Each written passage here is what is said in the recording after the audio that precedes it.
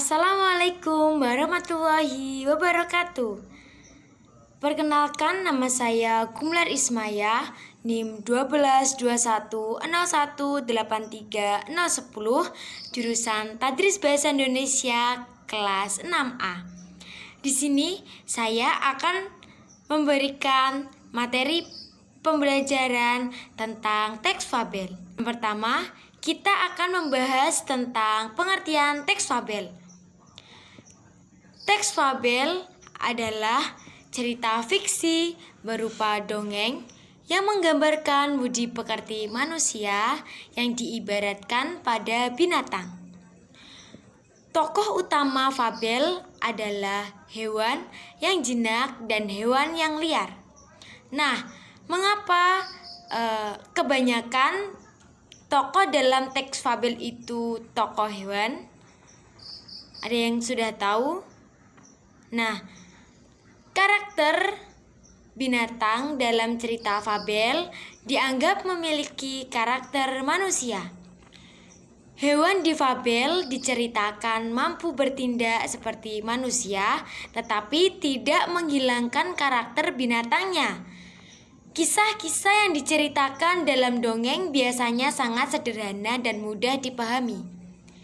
Nah, contoh perwatakan binatang dalam teks fabel antara lain singa diibaratkan mulia, kemudian ayam jago diibaratkan sombong, merak diibaratkan bangga, kancil diibaratkan cerdik, rubah diibaratkan licik, kuda diibaratkan pemberani, kura-kura diibaratkan rendah hati, dan yang terakhir, keledai diibaratkan pekerja keras.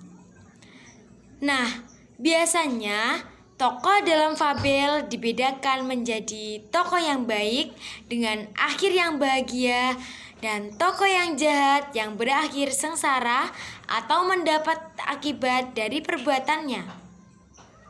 Nah, setelah kita mengetahui pengertian teks fabel, selanjutnya kita akan membahas tentang ciri-ciri teks fabel. Adapun ciri-ciri teks fabel sebagai berikut. Tokoh yang berfungsi sebagai hewan. Kemudian, tema dari cerita fabel tersebut umumnya mengenai hubungan sosial. Kemudian, pengarakteran yang digambarkan pada fabel menyerupai perilaku manusia, seperti baik, buruk, egois, dan cerdik. Jadi, tokoh fabel ataupun hewan dapat berpikir, menjalankan komunikasi, dan perilaku layaknya yang dijalankan oleh manusia. Selanjutnya, sudut pandangnya adalah sudut pandang dari pihak ketiga. Alur cerita fabel menggunakan alur maju. Nah, di dalam teks fabel juga terdapat konflik yang melingkupi permasalahan dalam dunia hewan yang sama dengan dunia manusia. Kemudian, cerita fabel juga lengkap dengan latar tempat, waktu, sosial, dan latar emosional. Ciri bahasa yang digunakan pada fabel sifatnya naratif atau berurutan, yang mana bahasanya berbentuk kalimat langsung yang memakai bahasa informal di kehidupan sehari-hari. Nah, di dalamnya juga berisi mengenai amanat atau pesan untuk pembaca pendengar. Nah, itu adalah ciri-ciri dalam teks fabel. Selanjutnya, kita akan memahami tentang langkah-langkah teks fabel. Langkah-langkah teks fabel meliputi 5. Yang pertama, membaca teks fabel. Nah, langkah-langkah pertama kita harus membaca teks fabel terlebih dahulu. Kita memilih teks fabel misalnya kancil yang cerdik atau kancil dengan buaya. Yang kedua, setelah kita membaca teks fabel, kemudian kita mencatat tokoh dan perwatakannya.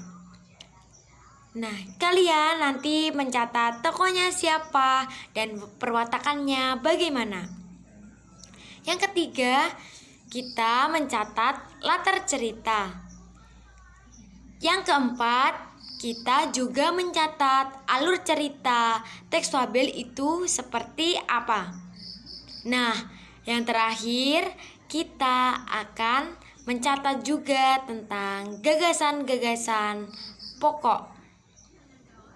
Nah, itu tadi materi tentang teks fabel. Sekian dulu anak-anak, kita akan melanjutkan materi kita pada hari ini di materi kemudian hari. Sekian dan terima kasih. Wassalamualaikum warahmatullahi wabarakatuh. Sampai jumpa.